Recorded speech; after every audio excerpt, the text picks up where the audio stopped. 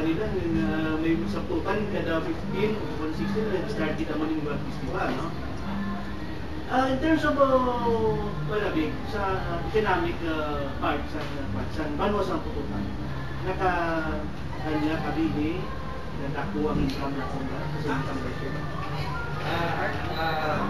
Ang economic benefits sa pututan hindi na mapagsagan gayon. Kaya basta daya sila is ang pututan, ang municipality of pututan creates the venue.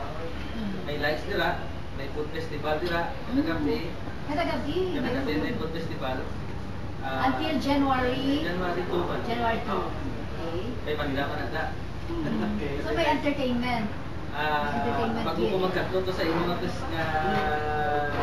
pumangkot, banda ay sa ato mga viewers nga kadagabi may cultural show sa plaza, sa Tumbangson Fountain, sa Umilis, cultural show na. Tapos sa isa naman nga partiya sa atong plaza, kaya dila yan ang food festival nga kadagabi mo na may banda, live entertainment. Tapos sa plaza na public. So, kung dito sa piyak, di mo man na mabatian kung sa to, kung dito sa piyak, di mo man na mabatian. Going back sa question mo, economic benefit kasi no? Kung di mag-create sa venue,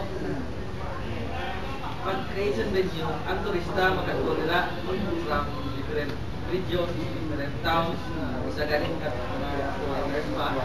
Makat mga turista sa inyo, makalagin na sila, alang-alang sila na magpagutong. Kagiraman mismo sa atong food festival, makaon. Layo na sinyong langgiya pa? Layo-layo pa? So, nagaganap ang mga kumuluyo sa pututan, which in turn, magkabawit pa ng bank of access nila.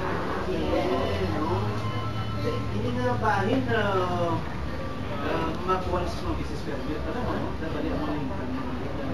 Oh yes, every night, ang mga vendors, nila sa plaza, kinasubusin na sila sa revenue collectors. Ang mga transient, kinasubusin na sila sa kabala sa tagapi.